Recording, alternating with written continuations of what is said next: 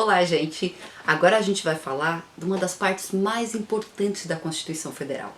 Você já ouviu falar dos direitos fundamentais? Pois é, o artigo 5º da Constituição é aquele que aborda quais são todos os direitos fundamentais que abrangem toda a nossa vida dentro do Estado brasileiro. E esses princípios, eles são baseados em 5 premissas muito importantes. Quais são elas?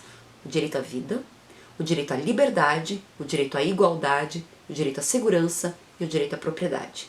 Esses 5 princípios, essas 5 premissas vão nortear toda a nossa Constituição e toda a legislação brasileira.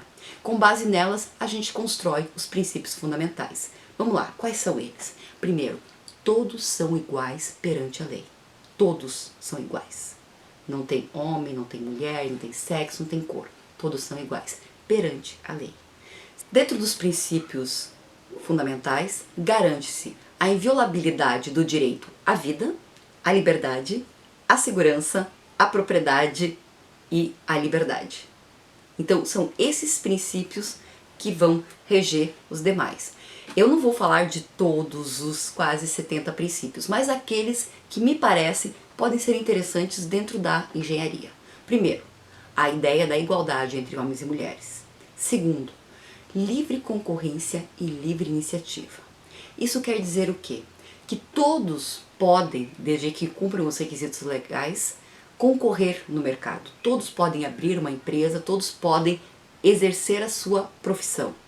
Isso, claro, sempre cumprindo os requisitos. Por exemplo, para ser engenheiro, para abrir uma empresa de engenharia, é necessário que se tenha o curso superior de engenharia. Mas cumprindo isso, não há nenhum outro requisito aleatório que possa ser impresso. É só esse. E além da livre concorrência, ou seja, todos terem igualdades de condições para concorrer no mercado, há a livre iniciativa, que é qualquer pessoa pode fazer qualquer coisa desde que respeitada a lei. Antigamente, só para a gente ter uma ideia, por exemplo, se eu nascesse numa determinada família, em que a minha família fosse artesão e trabalhasse com tecidos, eu não podia ir para outra profissão. Hoje, a liberdade é ampla. Outro princípio importante, o livre exercício de qualquer atividade econômica, que também está relacionado com o tratamento favorecido para as empresas de pequeno porte. Não sei se vocês já perceberam, mas há toda uma legislação brasileira que trata desse tratamento diferenciado para as empresas micro e pequenas, como por exemplo o Simples Nacional. O objetivo é incentivá-las para que elas cresçam e incentivá-las de maneira proativa, para que elas cresçam sustentavelmente. Além disso, outro princípio importante é o desenvolvimento nacional. E esse desenvolvimento nacional deve estar condizente com a redução das desigualdades regionais e sociais e o desenvolvimento científico, a pesquisa, a capacitação tecnológica.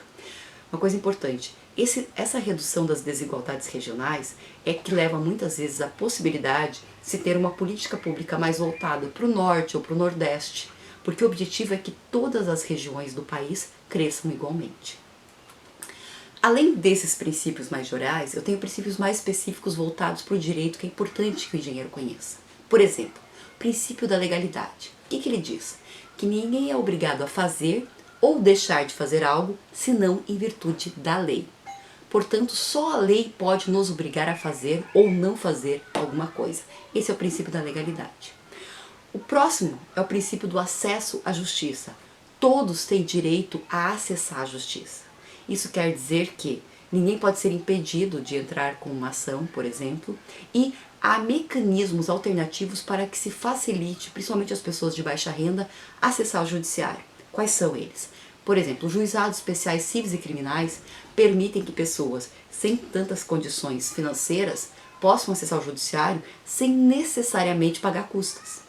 Outra possibilidade é a defensoria gratuita que o Estado fornece.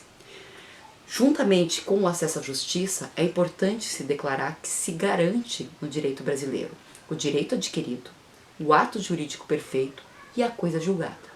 O que é o direito adquirido? A partir do momento que eu adquiri uma determinada condição que me dá direito a alguma coisa, não pode nenhuma lei nova retirar esse direito de mim. Por exemplo, eu já cumpri os 30 anos para me aposentar. Por mais que haja uma lei nova que diga que agora eu tenho que trabalhar 40 anos, se eu já cumpri isso, eu já adquiri esse direito. Portanto, eu já posso usufruir dele. Ato jurídico perfeito são aqueles atos que já se finalizaram, que todo mundo já está contente, feliz com o ato e não há nada mais a fazer. Uma lei nova ou um acordo novo não pode desfazê-los. Por exemplo, eu fiz um contrato de compra e venda, comprei a casa, paguei a casa, registrei no registro de imóveis, está tudo certo. É um ato jurídico perfeito. Não pode um credor do cara de quem eu comprei a casa agora vir cobrar de mim um valor, porque o ato já está finalizado para mim e para o vendedor. E por fim, a coisa julgada. O que é a coisa julgada?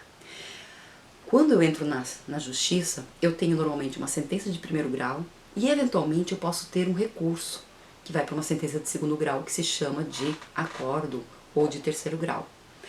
Quando não há mais nenhum prazo para recorrer, portanto, a última sentença foi dada, nós dizemos que houve uma coisa que foi julgada.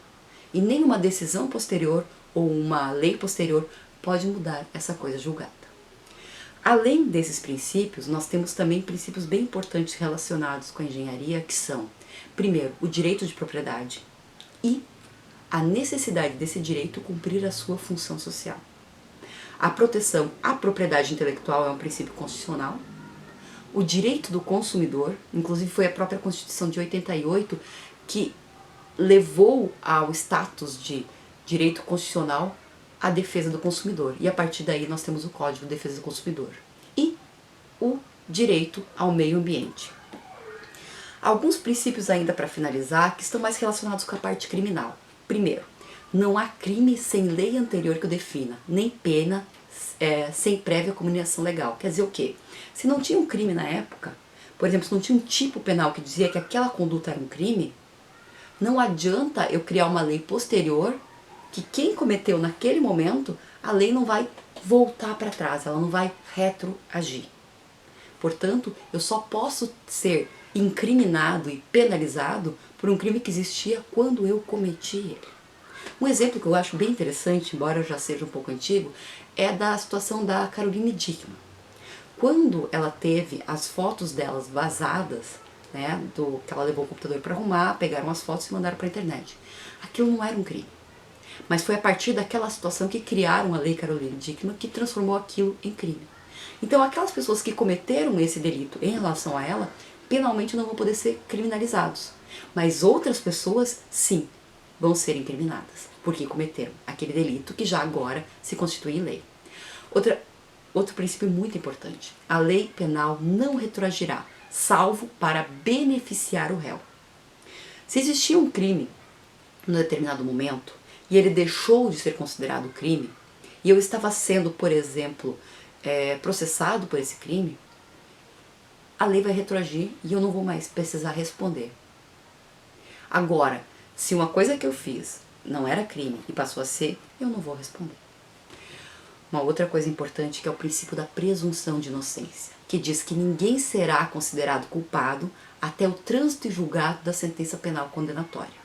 Portanto, uma pessoa só é considerada culpada depois que houver o trânsito e julgado da sentença. Isso quer dizer que não haja mais nenhum recurso. Antes disso, ela tem a presunção de que é inocente. Certo? E para finalizar, uma coisa que chama atenção é a parte de que diz que nenhum brasileiro será extraditado. Quais são as exceções? Quando, por exemplo, há um brasileiro que é naturalizado brasileiro e ele cometeu um crime anterior à naturalização, ou ele, naturalizado, praticou o tráfico internacional de drogas. Fora isso, nenhum brasileiro vai ser extraditado. E, com relação aos princípios fundamentais, era isso. Convido vocês a darem uma olhada no artigo 5º da Constituição para ver o que mais a gente tem por lá. Valeu?